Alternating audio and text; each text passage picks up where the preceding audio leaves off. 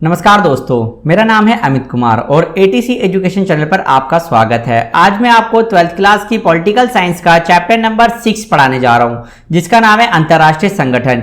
5 chapter की videos मैंने अब तक डाल दी हैं और अगर अभी तक आपने उन वीडियोस को नहीं देखा है तो उन वीडियोस को जरूर देखें। आज इस चैप्टर को हम शुरू करने जा रहे हैं। एग्जाम के पर्पज से ये चैप्टर बहुत ही ज्यादा इंपॉर्टेंट है। इस चैप्टर के मैं आपको 3 पार्ट बना के दूंगा। ये हमारा फर्स्ट पार्ट होगा और आपको तीनों वीडियोस को बहुत ही अच्छे से देखना है और इस चैप्टर को समझना है। तो आइए शुरू करते हैं अपने इस चैप्टर को। इसके अंदर आज मैं आपको 5 चीजें पढ़ाऊंगा। सबसे पहले पढ़ेंगे हम अंतरराष्ट्रीय संगठन का अर्थ, उसके बाद पढ़ेंगे यूएनओ की स्थापना कब और कैसे हुई, उसके बाद यूएनओ के क्या क्या उद्देश्य हैं, यूएनओ के कितने अंग हैं और उसमें महासभा के बारे में पढ़ेंगे कि महासभा के क्या क्या काम हैं। तो आइए शुरू करते हैं अपने इस पहले टॉपिक को, जिसका नाम है अंतरराष्ट्रीय संगठन का अर्थ। तो दोस्तों, इसके बारे में आपको पहले मैं बता दूं कि अंतरराष्ट्रीय संगठन क्या होता है। इस सबसे पहले हमें इसके अर्थ को जानना है और अगर इसका अर्थ हमें अच्छे से समझ में आ जाएगा तो उसके बाद हम आगे के पॉइंट को बहुत ही आसानी से समझ सकते हैं। देखिए, अंतरराष्ट्रीय संगठन का अर्थ।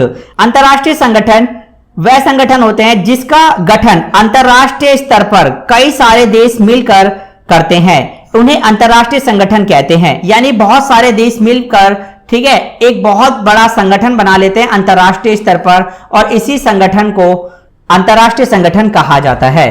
तो अंतरराष्ट्रीय संगठन बहुत सारे हैं विश्व के अंदर, तो हम उन संगठनों के नाम जान लेते हैं एग्जाम्पल के लिए। जैसे कि संयुक्त राष्ट्र संघ यानी यूएनओ, इसके बारे में हमें बहुत कुछ पढ़ना है दोस्तों। तो इस पॉइंट को आप बहुत अच्छे से समझ लेना कि ये संयुक्त राष्ट्र संघ क्या होता है। संयुक्त राष्ट्र संघ की बात कर रहे हैं हम यहां पर, ठीक है, ये भी अंतरराष्ट्रीय संगठन है। उसके बाद में हमें अंतरराष्ट्रीय मुद्रा कोष यानी कि IMF, इसका मतलब होता है दोस्तों इंटरनेशनल मॉनेटरी फंड, ठीक है। यानी ये पूरे अंतरराष्ट्रीय स्तर पर मुद्रा से यानी पैसे से रिलेटेड अगर कोई बात होती है या कोई विवाद होता है तो उसका सुलझान ये करते हैं। उसके बाद में भी बहुत बड़ी बड़ी अंतरराष्ट्रीय संस्थाएं हैं, जैसे संयुक्त राष्ट्र शिक्षा वैज्ञानिक और सांस्कृतिक संगठन, ठीक है दोस्तों, इसको कहते हैं यूनेस्को यानी कि the United Nation Educational Scientific and Cultural Organization, ठीक है दोस्तों। यह भी एक बहुत बड़ा अंतरराष्ट्रीय संगठन है जो इंटरनेशनल लेवल पर यानी अंतरराष्ट्रीय स्तर पर काम करता है। उसके बाद में एक था राष्ट्रीय संघ, अब नहीं है, इसके बारे में हम आगे बात करेंगे। LON लोन यानी कि लीग ऑफ नेशन, ये अंतरराष्ट्रीय स्तर का सबसे पहला संगठन था, बट इसे अब खत्म कर दिया गया है। क्यों कर दिया गया, कैसे कर दिया गया, इसके बारे में अब हम इसके अंदर पढ़ेंगे। और यह है हमारा अगला टॉपिक, जिसका नाम है संयुक्त राष्ट्रीय संघ की स्थापना कब और कैसे।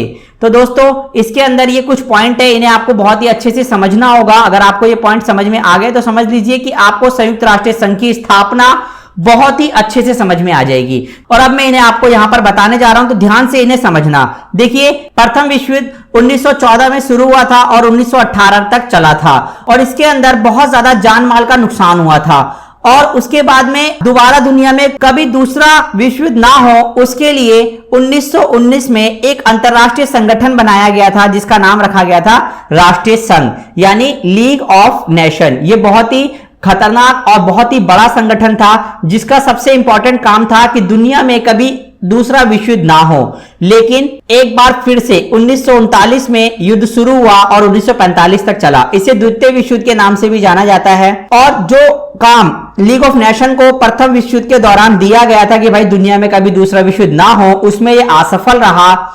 और जब दूसरा विश्व युद्ध हो गया तो ये पहले वाले विश्व युद्ध से भी ज्यादा खतरनाक रहा और इसलिए राष्ट्रीय संघ को पूरी तरीके से खत्म कर दिया गया और इसकी जगह पर 24 अक्टूबर 1945 को संयुक्त राष्ट्रीय संघ की स्थापना की गई दोस्तों। और ये जो संयुक्त राष्ट्रीय संघ है ये राष्ट्रीय संघ का उत्तराधिकारी है, क्योंकि इसको खत्म करने के बाद ही इसकी स्थापना की गई है। तो दोस्तों, ये थी संयुक्त राष्ट्रीय संघ की स्थापना के बारे में कुछ बातें। अब हमें संयुक्त राष्ट्रीय संघ को क्यों बनाया गया है उसके उद्देश्य जान लेते हैं। इसके उद्देश्य राष्ट्रीय संघ से भी ज्यादा बड़े थे, यानी कुछ ज्यादा थे। तो हम यहां पर आपको 4 उद्देश्यों के बारे में बताएंगे। देखिए, सबसे पहले अंतरराष्ट्रीय झगड़ों को रोकना और देशों के बीच सहयोग में मदद करना। दूसरा इसका सबसे बड़ा काम है झगड़ों को रोकना।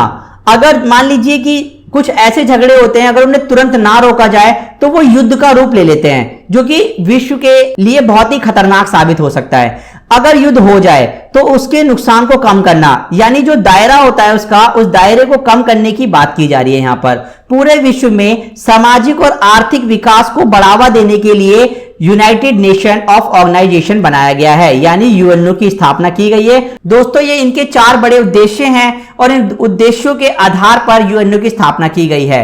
अब मैं आपको यूएनओ के 6 प्रमुख अंगों के बारे में बता दूं। तो देखिए दोस्तों, यूएनओ के जो 6 प्रमुख अंग है उसमें सबसे खतरनाक और सबसे बड़ा अंग है महासभा।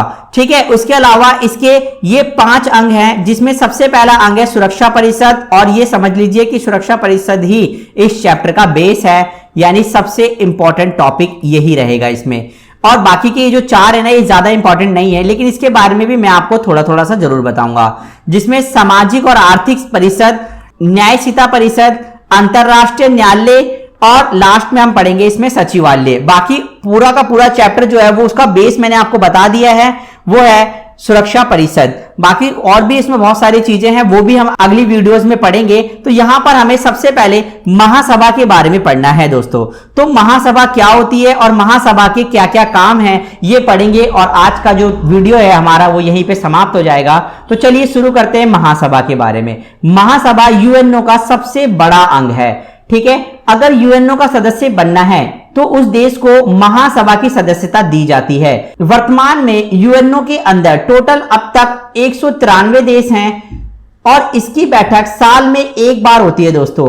अगर कभी आवश्यकता पड़ भी जाए तो इसकी बैठक और भी बुलाई जा सकती है, यानी कि जरूरत पड़ने पर और भी ज्यादा बैठकें इसकी बुलाई जा सकती है। अब हमें महासभा के कार्यों के बारे में पढ़ना है। मैं आपको उससे पहले एक महासभा का चित्र दिखा देता हूं, कहां पर महासभा की बैठक होती है। ये वो जगह है जहां पर महासभा की बैठक होती है दोस्तों। और अब हमें महासभा के काम पढ़ने हैं, यानी महासभा के कार्यों के बारे में जानना है। तो देखिए, अंतरराष्ट्रीय समस्याओं पर विचार विमर्श करना सबसे पहला काम है इनका, और उसके बाद में जो नए देश हैं उनको यूएनओ की सदस्यता देना, और कुछ ऐसे देश हो जाते हैं जिनकी सदस्यता को खत्म करना जरूरी होता है, और वो काम भी महासभा ही करती है। यानी कि यूएनओ का 2 इंपॉर्टेंट काम होते हैं, सदस्यता देना और सदस्यता खत्म करना।